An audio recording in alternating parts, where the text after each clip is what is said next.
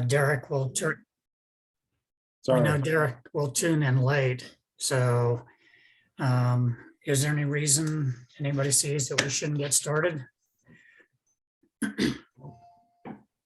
Okay, well, I've got 1:35. I'll call the meeting to order. We've already essentially established who is in attendance at the moment, Carissa, Mandy, and myself.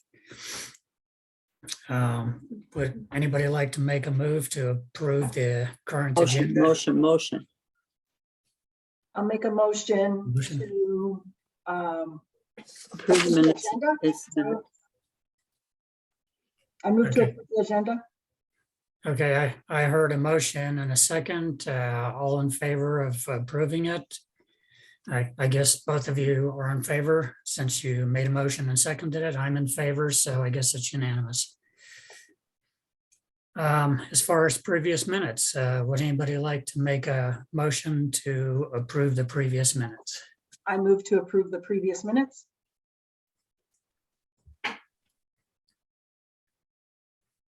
Mandy, you're on mute. Mandy, you're muted, but it looked like you said that you were seconding it. I read her lips. Okay, Yep, there you there, are. can you hear me now? Yes. Okay, yes, I'm unmuted, so, and I second it. Okay, and I'm in favor also, so the previous minutes are unanimously approved. As far as special business, I'm not aware of any activity with regards to the budget right now.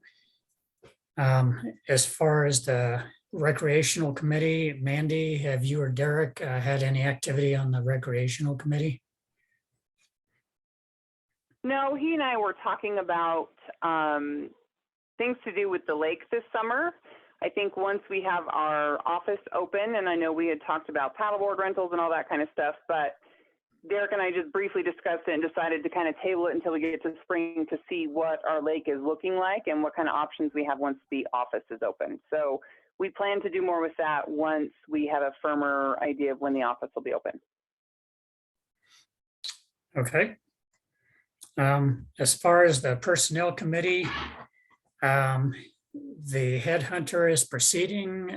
She has put together the pamphlet, the recruiting pamphlet. She's recently got approval or got input from us on what sources to go look for candidates for the manager's position. And one final thing that has recently happened. Forgive me, Keith, what was Oh, Joe Kirby? Joe? Yeah, Joe. Yeah. Joe had come back to us asking for us once again to consider him and asking that we look to increase the salary to make it work for him. The personnel committee decided that we can't go with the numbers that he was asking for, but we have countered. We have not heard anything. That just happened in the last couple of days. So we will wait and see if he responds. In the meantime, the headhunter is moving forward with a search for candidates. So we should hear something in a month or so. Is that correct, Keith? Yeah, and so one thing I need to do is get the calendar or the schedule events of the rest of the board members. So I'll send that out so they can kind of see what the timeline is for the headhunter. So they expect to be in the interviewing process by the mid to late February. Okay. I will send that out to the rest of the board members so everyone can see that. All right. I noticed that Tony is now in attendance, so you can add him to the rolls. And I will continue leading the meeting, Tony, so that you don't have to talk any more than necessary. I appreciate that. Okay. I think that's it for the special business. I'm not aware of anybody having identified themselves as wanting to make public comments, but if there is anybody that has any public comments, now would be the time to speak up.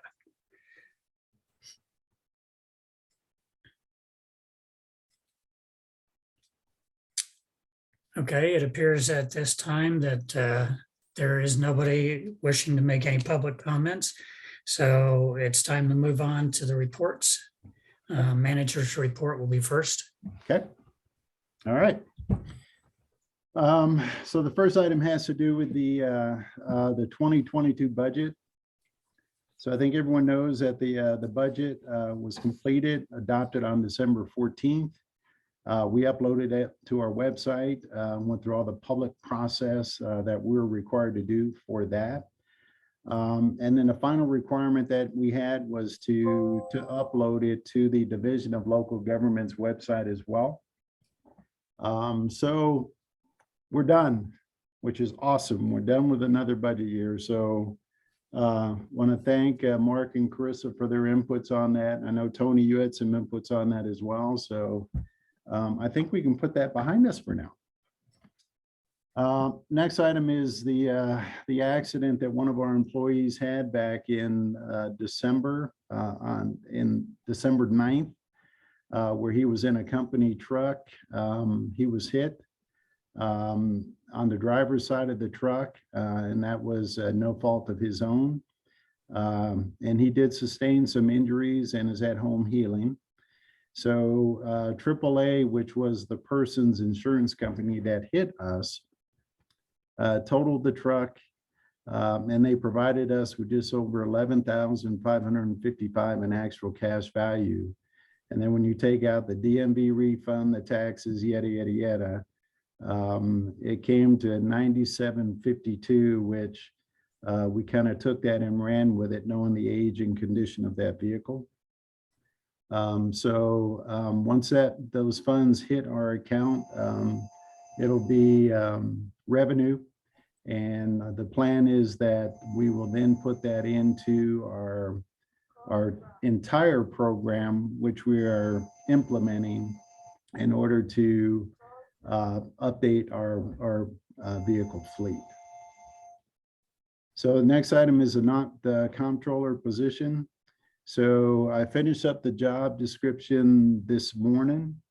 I incorporated some of the comments that Tony provided on that.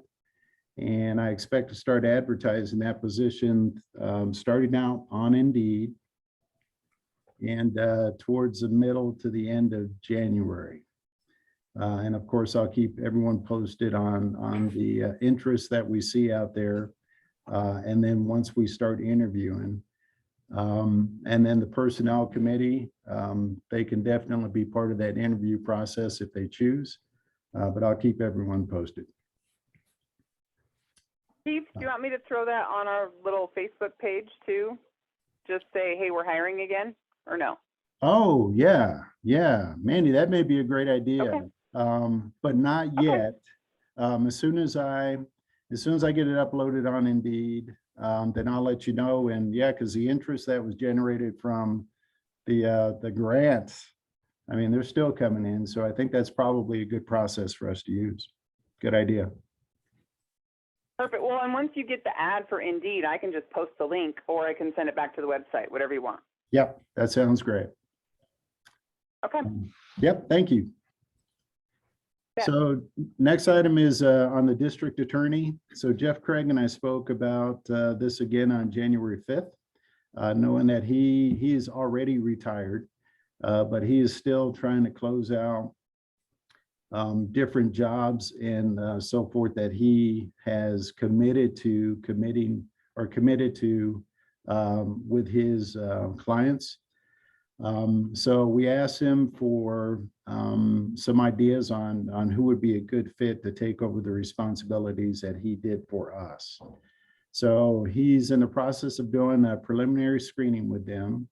And once he whittles that list down to 2 or 3, he's going to provide that information to me so I can then get them under contract. And one key is going to be what they charge per hour. And so I want to make sure that whatever their rate is going to be comparable. So, and on this as well, I'll let everyone know where we stand with that once I hear back from Jeff. Additional key fobs, O&M set up the additional control panel, now called Control Panel B. and has programmed an additional, from what I heard last week, 400 key fobs. Is probably more than that now, out of the 1,000. So we're still issuing key fobs for control panel A, which is the original control panel. So in the near future, we'll mark the 2 control panels with A and B, and we'll solidify our internal processes and procedures on how key fobs will be marked and how this information will be communicated to the residents. So this has been a long time coming, and for several months, we have been kind of up against the limitations of 1 control panel. And I mean, the program that we have here to allow folks to dispose of trash and brush and slash, it's very popular. So now this is going to provide us with that flexibility, knowing that we can accommodate more residents out there. So it's on its way. Next item has to do with Unit 3 amendment to the service plan and coordination meeting with the 2 land use companies. So Neil Starkebaum briefed La Plata County Board of County Commissioners on December 15th about Unit 3. I was fortunate that I was able to sit in on that and to hear what was going on from the county's perspective. And the bottom line coming from the Board of County Commissioners, and this is in a nutshell, and I already sent this out to the board members back in December, but I'll kind of highlight it now. So from the BOCC standpoint, their perspective is that the fact that the district cannot afford to provide the infrastructure is essentially not their problem. And the lack of available funds does not negate our responsibilities to provide the infrastructure as is identified in our service plan. So the BOCC also stated that the land use plan requirements need to be applied consistently for all subdivisions in the district to include Unit 3. So the good thing that really did come out of that meeting is, well, number one is that we know where the BOCC stands. And the second part to that is that the Board of County Commissioners directed Neil Starkebaum to have a roundtable with the district. And they want one of their members, the commissioners, to be part of the ongoing discussions. So Neil sent me an email back on December 21st to set up a meeting on Unit 3 after the new year. I let him know I was out of the office back then, and once I got back in December, and that we could talk after the new year. I have not heard from him yet.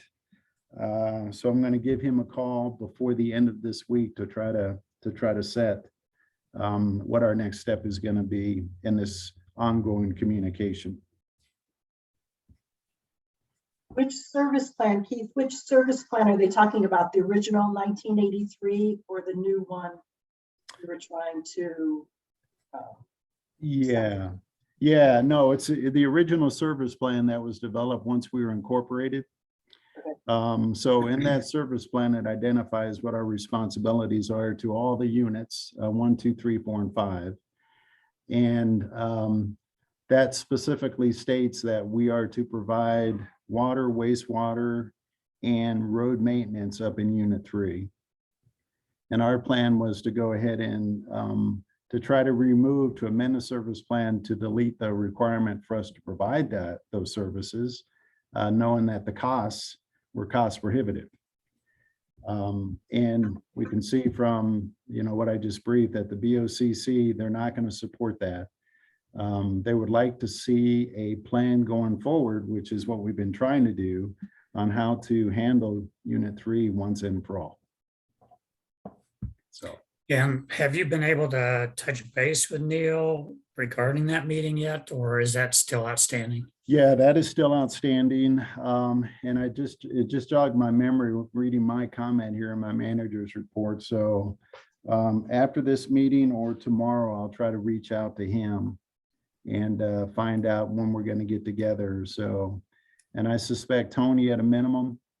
Tony will probably want to be part of that. Mark, you may also want to be part of that, but especially since they're going to have a county commissioner part of that meeting, it's probably worthwhile that we have board representation as well.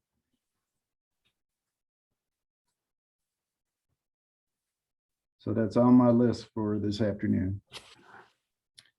Next one is wastewater treatment plant, the permit, discharge permit. We have not received anything to date. It's just kind of sitting there in limbo. District 2022 election.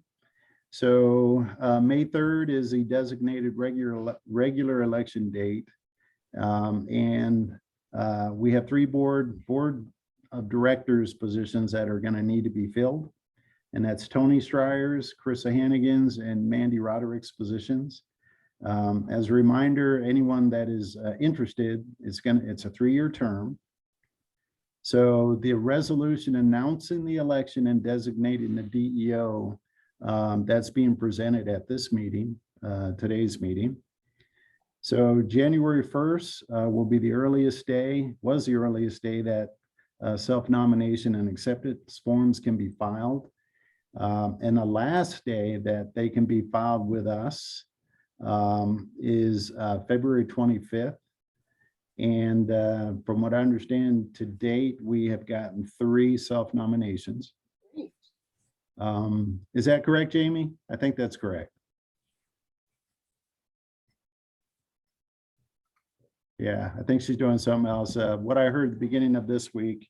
Sorry, yesterday- Keith. It takes me forever to unmute. We Oh, have okay. 2. Oh, we have 2. Okay. Yes. So we need to have at least 3 candidates to fill the 3 positions, and I suspect we probably will have that. Otherwise, we're going to have to look at the calendar, and our only option at that point is going to be that we have to cancel the election. But I feel pretty certain and pretty confident that we'll at least get 3 nominations to become a board of director. So we posted the election schedule on the website, and our election is going to be conducted through La Plata County, just as we did with the November 2020 election. Next item is the federal home improvement grants for fire protection. So at December's board meeting, we initially discussed this grant that could help residents mitigate fire damage by doing 3 things. One is replacing wood decks with Trex or like products, replacing shingled roofs with steel or asphalt type products, and by replacing single pane windows with double or triple panes. So Director Roderick advertised it on Facebook, generated a huge number of responses. So as of 1/10, January 10th, yesterday, we received 70 positive responses, and we received another 2 today. So we're up to 72. I communicated that with Chief Evans. So he is working through the process now to get that grant submitted. But he also talked about trying to have a community Zoom meeting to start talking about the specifics about how the grant is going to work. So the next step is I will keep getting all the names, and at some point I'm sure I will send them off to Chief, and then Chief will let me know when the community meeting is going to be, and then I'll get back with all the folks that express interest, and then it's going to be in Chief's hands at that point in order to get the grant. Keith, I have a question, and probably for Jamie or Barb. Can we, you know how we send out the bill electronically? Can we use those emails to send out a little blurb on this? Well, We're not, I'll yeah, let we're you- not go ahead, able to Jamie. do that. We're You're not- not able to do that at this time. Okay. Do you think? Maybe once we've got Cassell going, then we'll have more options, but unfortunately, we don't have that option. Okay. Would that be something the board would approve? Or do we consider it a solicitation? I would think we would consider it a solicitation. so Chris, are you talking about using that vehicle in order to let folks know that the Zoom meeting is upcoming, that kind of thing? Or Or reaching out to them and saying, hey, this is a good thing. Okay, so you're talking Would about you even consider going, this? you're So it is a talking about going solicitation. community-wide and trying to generate more interest. Right. For those that aren't on Facebook or next door neighbors or whatever else. Yeah, Because I just had a neighbor say, I didn't know anything about this. So the word still is not out there to everybody. mhm. Yeah, so we've got it on our website, it's on Facebook. Okay. Yeah, What there's, about like a sign at the mailboxes? Would that help? well, I would like to think it would, Mandy. I'm just not totally sure how many folks even look at our bulletin boards, but we can definitely put something Yeah, up. that's true. Wouldn't hurt, and I can reshare that post again if I need to generate, if we still need more interest. Yeah. So the magical number that Chief Evans told me, because he's got a calculator that kind of that tells somebody when it's cost effective in order to pursue it. Don't totally understand that, but his magical number was 100. And so Okay. we're already at 70, 72, 73 folks now. So, and the word is out there. Okay. So yes, I can put something up at the bulletin board, but I think reposting that, Mandy, might be an awesome path forward. Got it. I'll do it today. Okay. Okay. Next item is our snowplow. And I put this, I almost thought about kind of posting or putting this as an attachment because it is, well, it's a little lengthy, but I think it's important that everyone understands and residents understand where we are with this. Because when I got here back in November 2019, at that point, working with Jim and the board members that were here at that time, we felt it was important to put together a master plan that defined how we were going to modernize our fleet. Can I And just interrupt for 1 second on this issue? Mhm. Those that were around 4 years ago when I ran for the board, the snowplow aging and replacement issue was a big hot item. Yeah. It created 2 meetings and things really got heated. And there's one group of people on this hill that felt that we should run until they fall apart. And there's the other group that says if you don't replace them now, someday you won't be able to take care of the responsibilities that you do have. Yeah. And one of the maintenance people for Edgemont lives here in the subdivision. And he mentioned the fact that in their subdivision, they use 2.5 ton trucks with plows. And as minute he said that, says, but keep in mind, we have paved roads, you don't. And there's a big difference between what he does and the vehicle that he was using versus what we needed. And the consensus in the board meetings, I think after the last meeting, came to the point that we're key to starting, that we have to do something. I think this is just going to show that the time has come for the rubber to hit the road on this one. Yeah. Thank you. Yeah. Thank you, Tony. Yeah. So the 2 arguments that you faced when 4 years ago that the fleet is aging, and at some point we're not going to be able to provide the snow removal requirement. That's where we're at. So we had 5 snowplows, and they're the big Paystar 5000s that I show in my manager's report. And just so everyone understands, the ages of those were 1983. We had 2 1987s, a 1991 and 1997. And the common theme back then is almost a common theme now, except that, that they were old, dilapidated. And the big difference between then and now is we are now down to 3 snowplows because 2 of them broke down. And they cannot, parts cannot be found for them. because they're no longer made for these pieces of equipment. So those two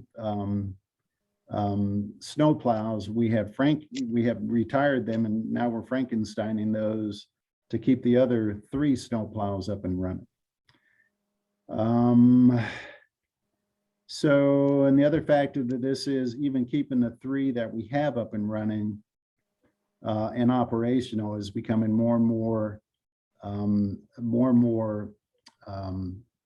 costly, because it's taken more of our diesel mechanics time, who is a contractor, to keep them operational and safe. So to purchase new ones of this nature would cost upwards of $300,000. And we don't have that kind of money, nor do we think that that is the proper path forward. So our plan is to continue using the 2 graders that we currently have that will move the larger volumes of snow quickly and to push snow off the roadways.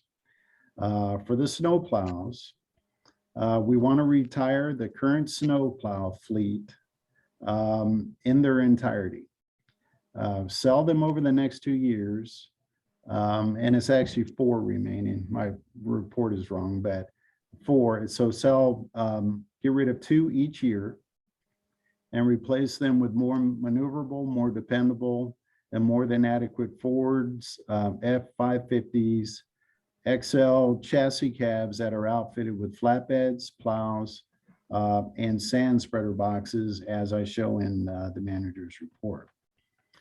So, Yeah, and Keith, just to clarify, when you say continue using graders, you mean until such time as we have the newer snow plows, correct? no, I don't. And I'll let Jim chime in on that because he and I discussed that, Mark, after you came in. And I clarified that with Jim. And no, the plan is that we would continue using the 2 graders because of their ability to move the larger volumes of snow and to push that snow from the roads. And where we use the snow plows at the dead ends and the cul-de-sacs and those types of things and the intersections, we would then use these rigs. And Jim, do you have anything to throw in on that?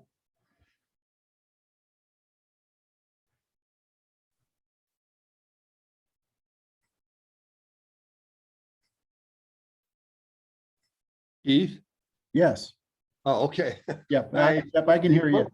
One of these days I'll figure out these newfangled things. We still need the graders to get the pack off the road, because when you're using skids on the snow plows, it packs that snow down. And without it, you're gonna just ice up the first time it warms up.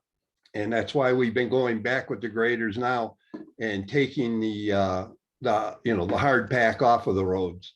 And plus the new plows would not have, the new plow trucks would not have wings on them to push it back further. And you're still gonna need the 2 graders to push that snow further off of the road.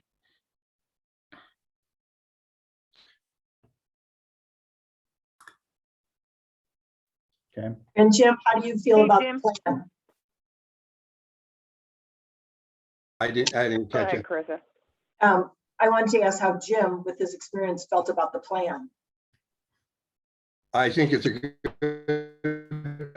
good time. When he said that we only had 3 plows, we only have 3 plow trucks right now. Because we did have to start taking parts off the other one to make the 3 that we have work. And I looked for the last 2 years now on Dick and Sheets and some of these auction sites. You can't find these trucks anymore. The only place you can find them, you can find big tandem axles, which will do us no good because we can't turn them around in the cul-de-sac. And the only place you can find these 4-wheel drive ones is up in Canada. And most of them are so beat up that, you'd just be throwing good money after bad. So, but I think what Keith said is correct, that we've talked about it down here all winter. And we think that it can be do better. We're using the one flatbed that we had just gotten to do some of the roads and everything. With the bigger 550s, and actually there's a new 600 that doesn't cost anymore, but it has a heavier front end. We can put 11-foot plows on that, and that'll move a lot of snow in a hurry. Thank you. Thanks, Jim. Yeah, so let me jump back into this really quick. Thank you, Jim. And so the total estimated cost is when Jim and I discussed that, he actually looked at new rigs. So the total estimated cost is 80 grand for the new rigs. Oh, and of two. course, what's 80 grand per rig? Total. No, 80 grand per rig. Per. Yeah. Now that's new. And as Mark and I discussed, we are not averse to finding good used rigs out there that are equipped the way we need them, or that we can equip the way we need them.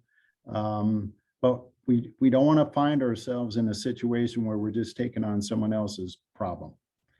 So the benefits to this entire plan is that the 550s are more maneuverable due to their size. They can get into tighter places. They can be used during the summer for other purposes by simply removing the plow and sander boxes. The parts for these trucks can be readily found and procured. They require the same care to operate on the steep hills and forest lakes, but less specialized skill as compared to the big snow plows. They can be operated then by many more equipment operators with varied skill levels due to their size and maneuverability. Another factor is when our remaining Ford F-250 that O&M has breaks down, we will not need to replace that because of the dual purpose of these rigs. The funds that we receive from the insurance company for Tim's truck, we can apply that to these. And the value of the current remaining pay stars that we have are estimated at $5 grand. And those funds, once we sell those, can also be applied to the purchase of these other rigs. Oh, thanks. That's $5 grand a piece, Keith. What's that, Mark? Is that $5 grand a piece? Yes, it is. Yeah, Jim and I had a discussion after you and I, because my research showed that, you know, what I found was we could possibly get 25 grand out of those each. When I ran that past Jim's research revealed the opposite. So we may be able to get $5,000 for those. So that's what we would be bargaining on. How about the 0% financing I see on TV? Could we grab some of that? Well, we possibly could, but in this case, I'm not sure that we would need to, depending upon the plan that we have put together here.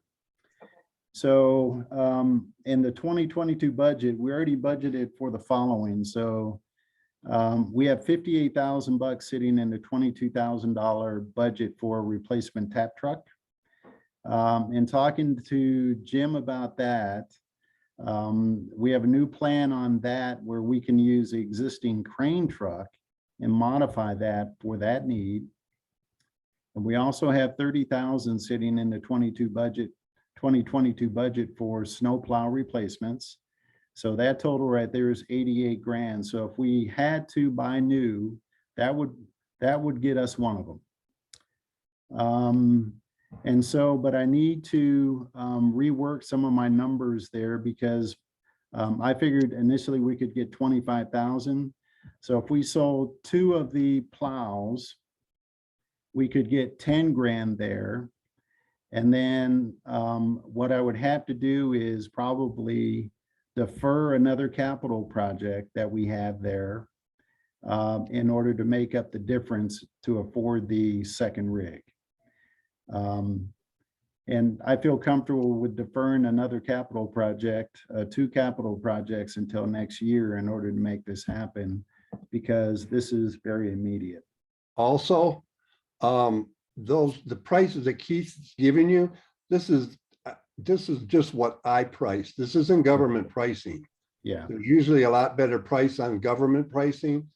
This is just, I sat down and went to the Ford, website where it says build your own, and I built my own. And so I know for a fact that there's a better government price than what a just person can go in and buy it for. Yeah. So there's probably going to be some savings there too. Just for the record, please keep in mind that there's a threshold of what the board can borrow. And I believe it's 60,000, and if it goes 60,000 and $1, we have to get voters' approval. Yeah. It's not a decision the board can make. So if we can stay under that number by maneuvering our cash and plan, that would really facilitate matters. Is that per loan, Tony, or total? It's per loan. Okay. yeah. Can I ask I'm a huge favor of doing this. I absolutely think using smaller trucks with plows would be better, and I'm in favor of this. Can I ask what the capital list 5th project was for 2023? Yes, most definitely. So let me jump into that really quick.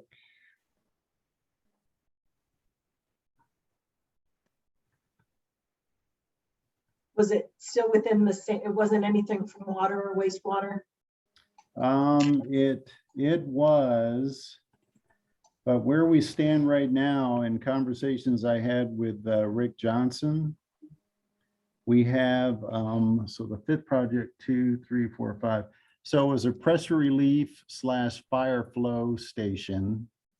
And so where we stand right now, Rick is reprioritized. So the first 3, 4, 5 projects, 5 projects are water or wastewater related. He is reprioritized for the 4th and 5th project because he doesn't feel that we need to do those at this time. So I felt more comfortable with deferring those versus the top 2, for instance. So pushing those back a year won't impact our capital or our capital improvements plan. Unless we have a fire.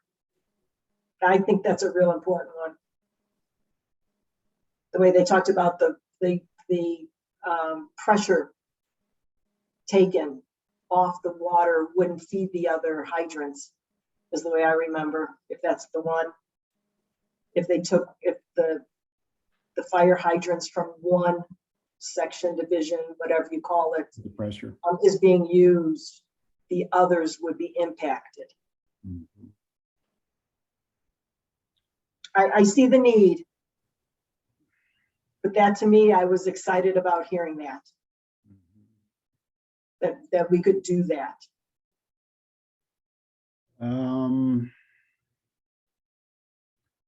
Yeah, so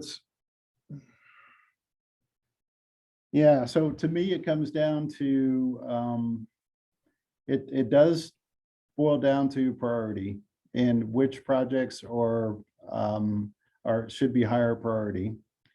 And everything that we have in the capitals plan right now is purely for design as far as the projects that we identified through the CIP.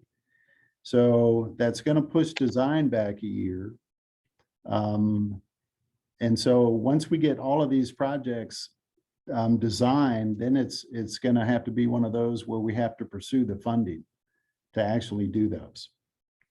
And that's going to have to be through revolving fund. It's going to have to be through grants or whatever that case is. So What was the counter on Jim's offer? what was the counter? Counter on his job? salary? Oh, on Joe's? Joe's, Oh, sorry. yeah, Joe's counter was 160 is what he wanted for, that he wanted to get for the.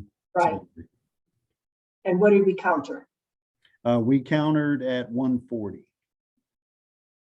Because according to the SDA salary survey that was completed in 2020, the ceiling on this position can be 140 grand. But we felt that two of the four criterion, we fell in the bottom half of those two criterion.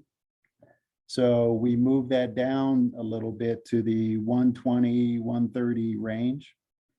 But what we're also trying to do is, if there's a possibility of not having to pay the headhunter, Yeah. we could avoid those costs as well. How about moving costs? That's 140 without moving costs. And so just so you understand as well, so the counter was very informal. That was an email back to Joe asking them if we're anywhere in the ballpark, letting him know that the board would still have to approve that. So nothing official went to him.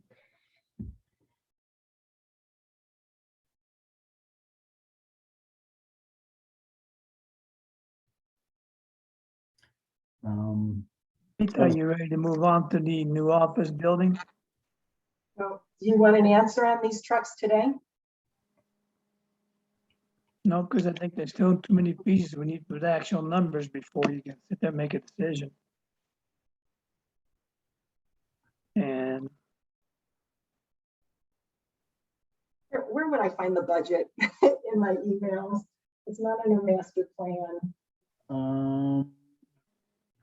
Are you looking for the spreadsheet?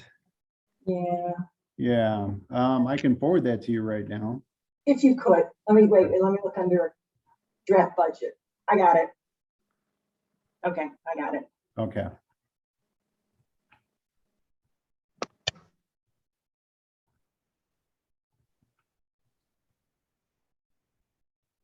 So one of the vehicles we can afford right at the onset, and we don't have to reprioritize any of the capital projects. I see that. Yeah, and then the second one, if we can get two done this year, there are other capital projects that we can potentially look at. Granted, everything seems to be a priority, but not all things are top priorities. Yeah. So we'll have to look at another project to defer. Otherwise, the funding will have to come from capital reserves. And we don't want to go down that road if we don't have to. Well, would our equipment repair bill go down? You or Jim? Your operating expenses? Yeah, the capital, yeah, so the repair of the snow plows will no longer, aside from one of them. So we'll have one that is going to require the maintenance. And what we would put into the snow plows would normally have to put into the snow plows goes away because we have newer rigs. And Yeah, 'cause the potentially actual under was- warranty. Was almost 140,000 for the repairs and maintenance, Yeah, which we budgeted. So that would go down. We could take, a little bit from that. It would be, redistributed to there.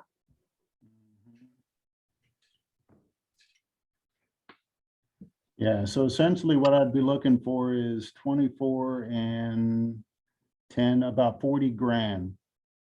For one, That would have, I'm sorry, for one now. for the second one. So 40 second one. grand, In yeah, addition to what the 30 we already had budgeted. yeah, and I'd have to get that from capital by deferring projects or some of that nature in order to afford the second one.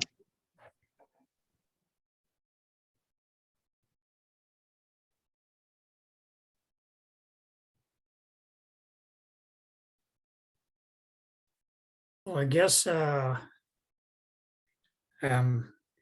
so Tony, do we need to have a resolution if we're going to go forward and purchase a truck, or is that something within Keith's wherewithal? Not to my knowledge.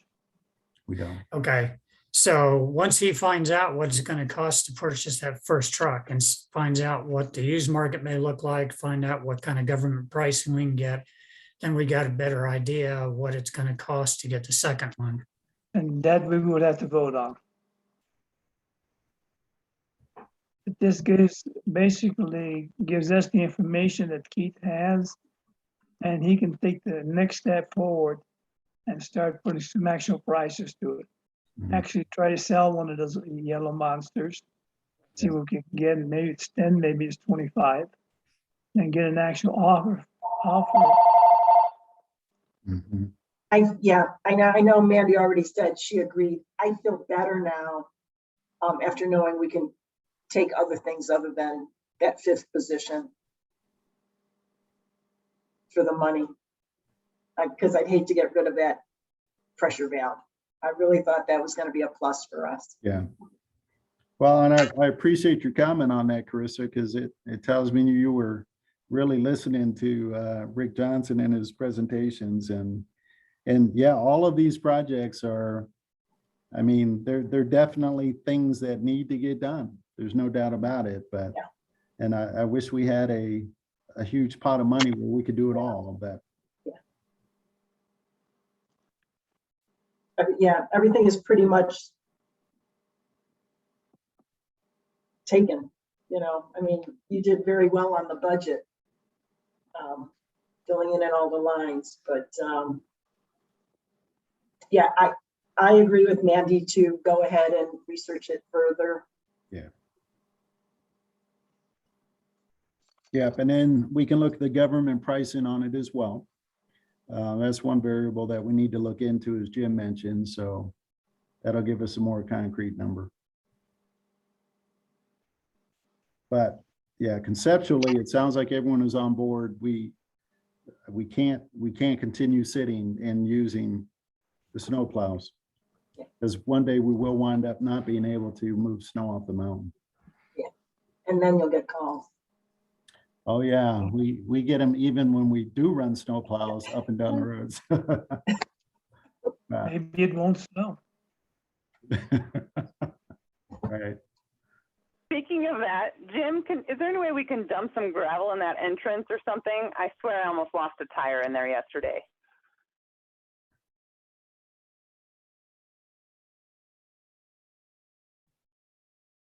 I think he's trying to You unmute. guys hear me? No, I think I he did. think, I think he's we're trying to talking unmute. about the service road, right, Mandy? Am I Yeah, on? just There the we main go. entrance. Yep, you're on. Jim. Yeah, we the dumped service some- one. We dumped some on that the other day. And as soon as we dump it in and it gets a little bit wet, it's not frozen like the, like the gravel, it's already there. And it just splashes right back out. So, I Dang mean, it. it's not that we're not going to keep doing it, but I just want you to know that it's not going to stay because Doesn't it's, fix it. yeah, it's not a permanent fix. It's just, might last a day or two. There's a couple bad spots, especially up further on East Forest Lakes, where a guy Yeah. comes out of his driveway. It's really bad. And I even It complained is. about I it. know exactly what you're talking about. Yep, I Okay. know right where that is. Yeah, but we're gonna get gravel in them. They'll probably be out there tomorrow. I just sent them up to put some chips up on Antelope because the gentleman wants to get his 30-foot trailer out of there and we don't want him sliding down the hill. Well, Thanks, that's Jim. nice. Okay, is there any more discussion about plow trucks or any of that at the moment? Well, somebody just popped up a question about paving the front entrance. And all I can suggest for that individual to go back about 1.5 years, 2 years, because that has been thought about, it has been discussed. So to get some history off of that, look at our old minutes. And the office might be able to help you get there. I did not get the I person's think it name. might have. think it might have been last February, maybe, that we got the bid for that, February, or March. It was about Yeah, that it goes time. way back beyond that. That's one of those old topics that just keeps coming around. Yep. There's some pros and there's some big cons against it too. Anyway, not the time. Okay. In an attempt to get us back on track, are we ready to move on to discussing the office building? Yes. And So, it look good. It looks really good. yeah, I am very impressed as well. And we're making good progress. We've had to defer the move a month now, so we're looking at March 1st. And I've let Vern know that as well. I have not heard back from him, but all the pieces are really coming together. And I'll just highlight a few of them from the manager's report. So the HVAC, all the other items that I've got in here have been completed aside from what I'm talking about now. So the HVAC is currently being installed and being roughed in. Sorry, it's being installed in La Plata County, inspected the rough in, and that was approved. Nothing new to report about the driveway and the road. The office framing, you can see that the corrugated metal wainscot and cedar siding, that installation is in progress. Metal roofing has been received. And once the corrugated metal siding and cedar siding are complete, the contractor will do the metal roofing. The doors and cabinets have been delivered to the contractor storage yard and will be installed once the drywallers are complete. And the drywallers are working now on putting up the drywall or the sheetrock, which tells us that all the walls have been insulated. The electrical is done as far as the wiring. And you already know that the rough-in for the HVAC is done as well. So draw number 5, we issued that in the amount of $77,872. We issued that to Martin Hodder. So the total amount issued to Martin Hodder between draws 1 through 5 is $264,739.04. So the balance we have remaining on the contract is $95,762.96. So, and I won't call it a hiccup, but the lady that we had been dealing with at First Southwest on the draws, she is no longer there. So we had a new team that we were working with on this whole draw process. So we had a little bit of a Paul hiccup also there. gone? Keith, I'm sorry? Is Paul No. still there? Yeah, Paul's still there. As far as I know, it was Yanni Rodriguez. She was our direct liaison with the bank. And we had a process in place on what she needed from us. And so we had to work through that a little bit, but we got through that. Because they work for Paul, those people. Yes. Yeah, I mean, those people, they report to Paul. Yeah. Yeah. So as far as I know, we have no more problems at this point. So, and again, so we're talking March 1st. So Green Apple Movers, we have Green Apple Movers. We formalized a contract with them for a March 1st move-in date. And it turns out that Jim and crew have offered to assemble the furniture, because we did get furniture from Wayfair, and it was all here in boxes, and the guys O&M came and picked up the boxes, and they're going to start assembling the furniture at O&M. So the good thing is what we're going to be paying Green Apple Movers is going to be a whole lot less now, because they'll have a whole lot less work to do. And I've added photos, kind of shows everyone where we're at. And that concludes the manager's report. Okay, do we have a report from the office manager, the admin manager? Yes, We do. Can you hear me? Yes.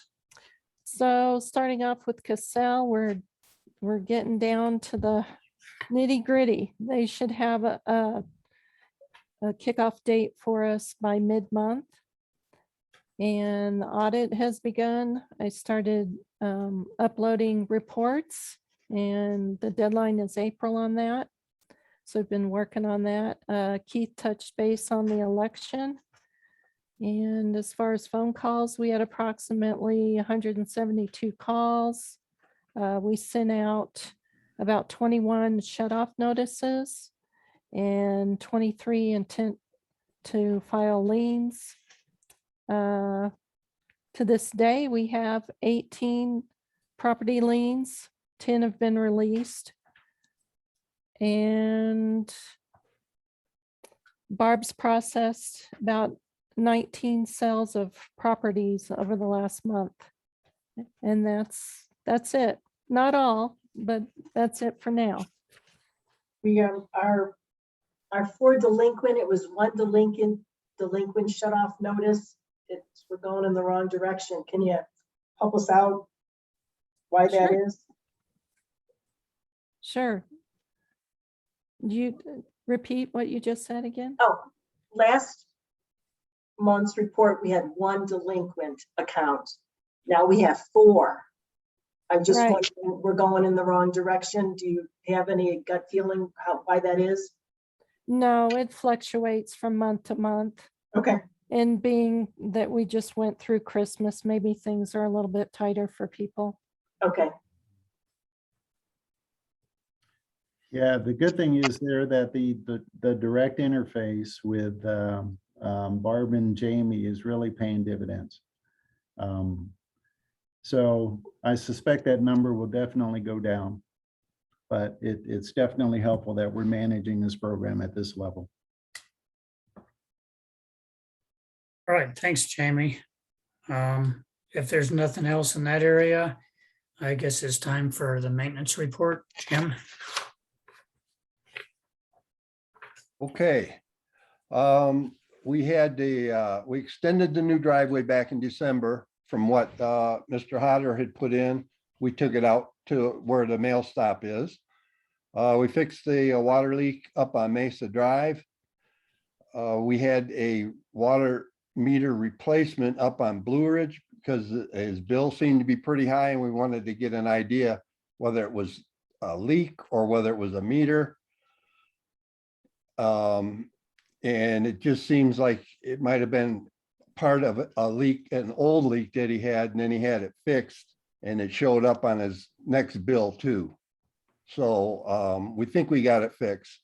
December 10th, we plowed snow. This is going to sound repetitive. December 24th, we plowed snow. And then on the 26th, we plowed snow. And December 31st, you won't guess it, but we plowed snow again. We changed it out 36 water meters towards the new meter replacement program. And from what we're told through Neptune and Core and Main, that by changing out meters, old meters never run slow. Or I mean, the new meters will run where they're supposed to be. Old meters slow down and they don't always read all the water that's going through them. So that's why you go through a meter replacement program, because they can prove to you that over the like a 10-year period, you save like a lot, you pick up a lot of revenue because of the old meters not working correctly. On December 10th or 7th, we worked on the culverts up by the front entrances, trying to get them cleaned out. Keith noticed they were getting pretty filled up and we just couldn't get anybody to come and do it. So we thought we'd try a couple of things. And one thing seems to be if we water blast it, we can cut through the excess gravel and maybe get them opened up again, but we won't know again until spring. We started cutting snowpack on some of the roads. We also sent out the, and Tony, this one's for you. We sent out the loader and the backhoe, we cleaned out the hydrants so that they could get to them. And I told the guys, don't go too deep. So if there's a foot of snow still around them, that was on purpose because there's some meter, valve boxes there. And we don't want to hit them valve boxes because it will tear them right out. So I told them, cut them a little bit high, the snow will melt, but at least they can get to them now. I wondered what happened to those two mountains. Yeah, we send those, I had them go out and clean them all. They took them 2 days, 2 guys, 2 days to do them, but they got them done.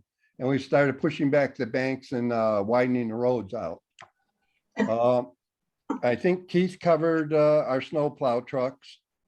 And we just had the one incident, and that was with Tim. And I talked to Tim yesterday, and he's recovering okay. He had just came back from the doctor, and his next appointment's like February 7th. But he can't drive, he can't do anything because he's got his leg in I guess some kind of brace that holds your leg to where you can't bend it at all. And so he's getting pretty bored. We haven't even seen his name show up here on the SCADA, our computer here for the water, because we haven't been having any problems with it. So he's really bored, he said. So they actually have already done his surgery. They did his surgery the Thursday before Christmas. Yeah, So- he was telling me that his kneecap was where it broke. It was separated by 5 millimeters. So they had to pull it back together with wire to bring it back in position. That's why he Much can't move information. his leg. Too much information.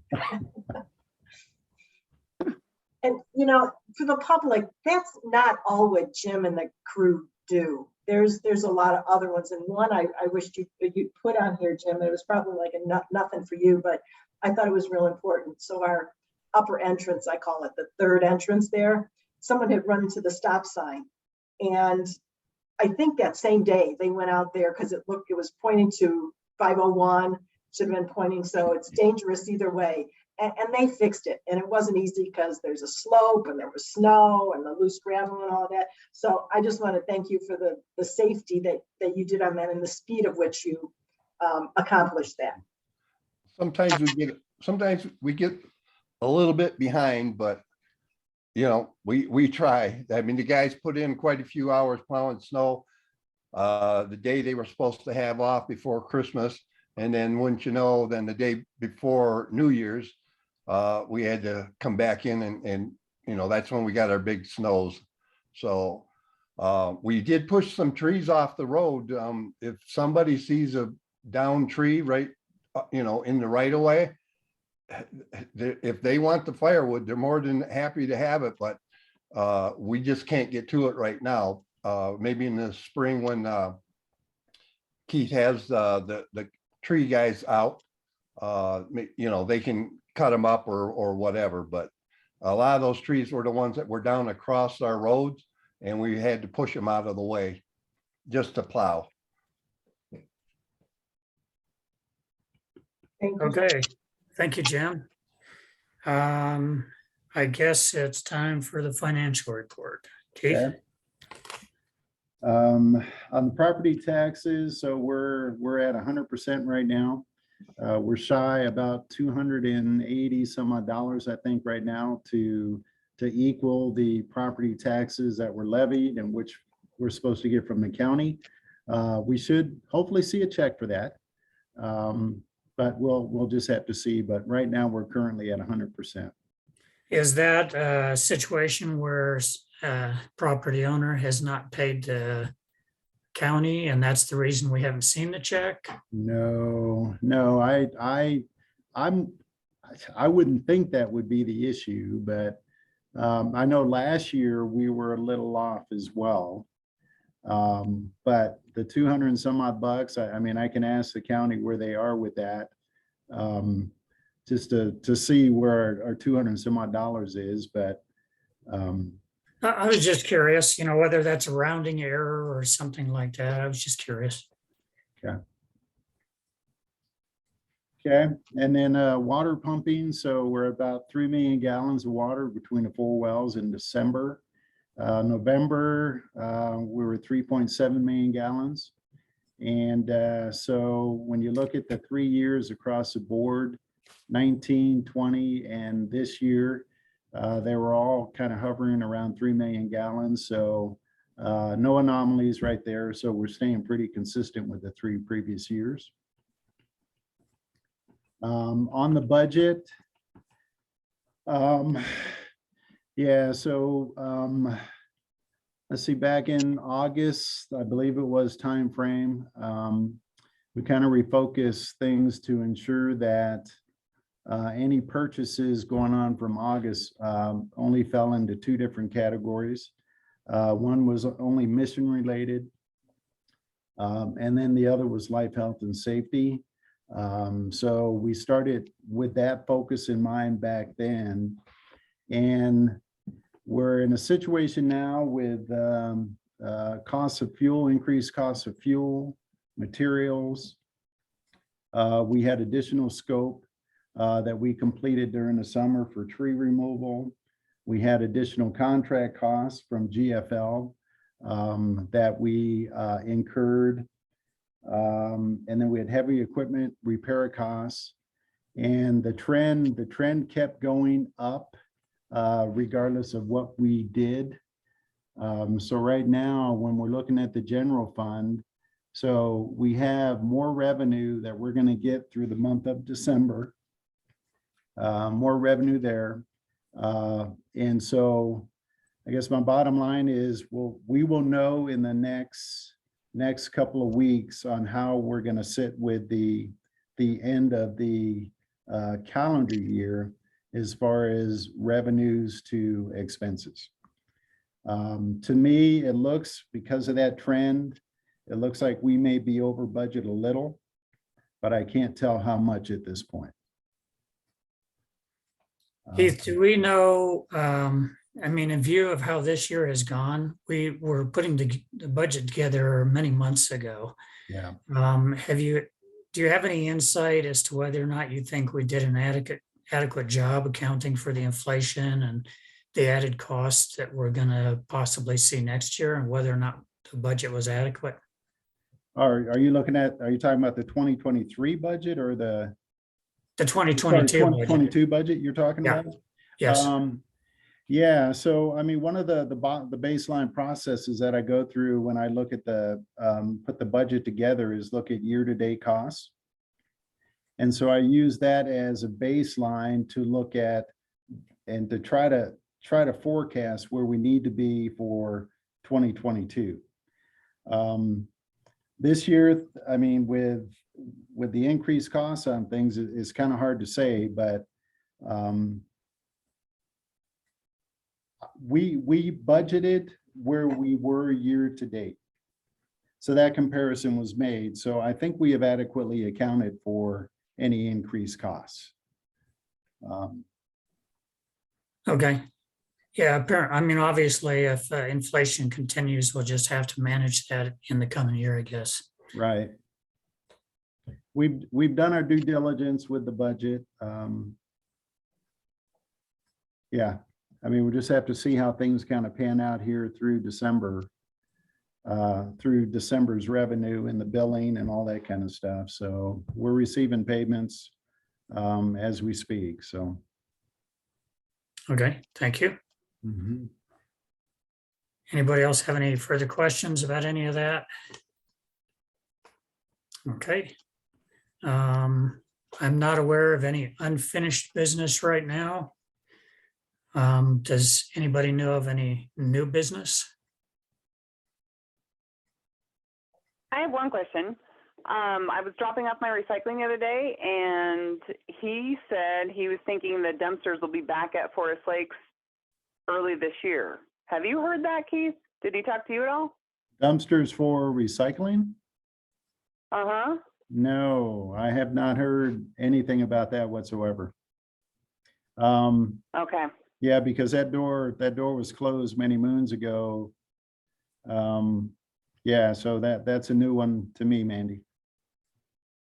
He didn't give me the impression that it was going to be anything with billing or anything, just that he was trying to bring dumpsters back for us as a convenience. But I'll chat with him the next time I go drop it off and just see what he meant. And then I'll circle back with you, Keith, to see if we're all on the same page with that. I was just curious. Yeah, because it may be one of those where he's just bringing his truck by so people can dump the recyclables. But yeah, so as far as Yeah. putting dumpsters there, he needs to coordinate that with us, of course, but yeah. Yep. Okay. Okay, any other new business? Okay, then we'll move on to resolutions. We have the two resolutions today, the public hosting place. That's resolution 2022-01 and resolution 2022-02 will be the May 2022 special district election items. So I will read through those quickly, and if I don't read it I guess first question is, am I required to read it verbatim, or can I kind of synopsize as I go through it? Kate, tell me. What I was doing in the end, Mark, was just basically highlighting what's changing. That we're Okay. here for. Because Okay. the other 7 items are almost carbon copies. All right, and I'm assuming everybody has taken a look at the resolutions. Is that correct? All board members? Yes. Okay, so nobody should be caught off by this. So I would just kind of synopsize it, go through it. Okay, resolution 2022-01, official public posting place. Essentially, what this is saying is that once a year, we have to designate an official public posting place for 24-hour prior notice of district meetings for the Metro Division. And pursuant to the Colorado revised statutes as listed in here, we are designating that our official posting place for the 24-hour notice will be on the Forest Lakes Metropolitan's website. And also to comply with the fact that we need a backup. The backup in case there should be an emergency circumstance or some reason we can't get it posted on the website, that secondary place will be at the mail stop at 257 Alpine Forest Drive. Let's see. And we also note in the resolution that the address of the website has been provided to the Department of Local Affairs, and that is complete. So now therefore be it resolved by the Board of Directors of Forest Lakes Metro Division, Colorado, that the district's website is the official primary posting place for 24-hour notice, and the mail stop is hereby designated as a secondary location in the event that the website cannot be accessed. So it will be signed by Tony. This is introduced and adopted this 11th day of January 2022. Okay. Second, Oh, go ahead. Is that your move? I move the resolution 2021 be adopted? Oh, yes, I'm sorry. We do need to do that. Thank you, Carissa. Okay, I move that resolution 2022-01. I move that we adopt resolution 2022-01. That's what I'm trying to say. Thank you. Do I have a Second second? motion? Okay, Tony, you second? Yes. Okay, Mandy, are you in favor?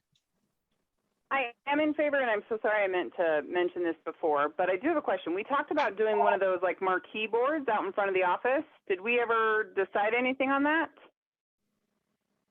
Yeah. No? Keith, I guess that's a question for you. I don't remember a discussion of a marquee board other than maybe it being mentioned as a possibility. Yeah, we did. Yeah. But that did not come up again during the budget cycle, so that has not been accounted for. Okay, it's not something we obviously need. I'm totally fine with adopting this and I approve it. Just thought I would ask. Okay, and I agree with this and vote in favor of the resolution also, so it's unanimous. As far as the marquee board, Keith, I think that's a nice idea. We always struggle with figuring out how to get word out to people. If we had a marquee board, that would really improve our opportunities to get important things out there. I think it's worth putting on the agenda for some point in the future. Possibly next month, we can talk about it, but as you mentioned, we have not put it in this year's budget, so I don't know if we should defer that until we get to the closer to next year's budget planning cycle, or what does anybody think about that? Well, I can do some research and just give a ballpark of what they might cost, so then we have an idea going into the next budget meeting. Or if we have any discretionary funds, we can bring it back up, just as a Well, I thought, so we think have an we idea on should cost. wait. It's nice to get the pricing, but we should wait till after the office is physically moved here. That's a done issue. So that would basically put it on the March board meeting. And Okay. we can get the numbers and So- all that. Because there's going to be electrical connections and all kinds of side issues. We get some numbers, put the pieces together, and then after the office is moved, that would be a good item to put on the table. Okay, well, why don't we set that aside until the March meeting, and then we can rediscuss it. Mandy, if in the meantime you find any information, that's just more information that we're armed with. I'm always in favor of more data. Sure. Okay, thank you. Okay, so resolution 2022-01 has been approved, and it will await Tony's signature. Okay, resolution 2022-02. This is a resolution to appoint a designated election official, authorizing designated election official to cancel election, appoint election judges, and canvassing committee, and designating the polling place as the type of election for Forest Lakes. And in essence, in accordance with Colorado revised statutes, we are reaffirming that the Board of Directors has the authority to adopt resolutions necessary. Let's see, to carry out the provisions of the revised statutes. We are authorized to designate an election official, that's our designated election official or DEO, to exercise authority of the board in conducting the election. Also, the revised statutes authorize the DEO to cancel the election under certain conditions. And for instance, if we do not have enough people nominated to fill the vacant positions by that date that we talked about in February, she would have the authority to cancel the election. This resolution also authorizes the DEO to proceed with any actions necessary to conduct the election in accordance with all applicable code and laws. The DEO shall publish the call for nominations, appoint election judges as necessary, appoint the canvassing board, arrange for required notice of election for printing of ballots, and direct all other appropriate actions. And again, as I mentioned, I got ahead of myself. She has authority to cancel the election and declare candidates elected if at the close of business on the 63rd day before the election, there are not more candidates for director than offices to be filled, including candidates filing affidavits of intent to run as write-in candidates. And the board further authorizes and directs the DEO to publish and post a notice of cancellation election at each polling place in the offices of the DEO, the county clerk, the recorder of the county, and notify candidates that the election was canceled and that they are elected by acclamation. And if the DEO has canceled the election, the district will file a resolution together with a notice of cancellation with the Division of Local Government. Board further resolves that the May 3rd, 2022 election shall be conducted by polling place ballot, and the designated polling place is the District Administration Office, 82 Alpine Forest Drive, Bayfield. And so do we have a, I don't think you named that we're naming Jamie to do it. yeah, No. did it actually specifically name Jamie? Paragraph 1.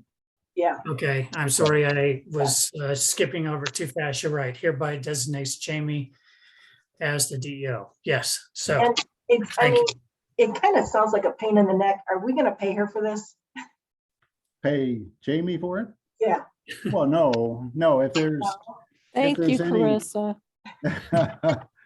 if there's any overtime associated with the election, of course we would, but Okay, no, it's part of the normal duty, unfortunately. Because these are tough. These are tough, but with the assistance from the county, things tend to go a whole lot smoother for us, so. So do I have a motion to approve? I move the adoption of resolution 2022-02. Second, I second it. okay. And Tony, are you in favor? Yes, Okay, and I'm in favor, so it's unanimous. Resolution 2022-02 is hereby approved, and we'll await Tony's signature as the president. Okay, so the last thing on the agenda before we move on is approval of disbursements.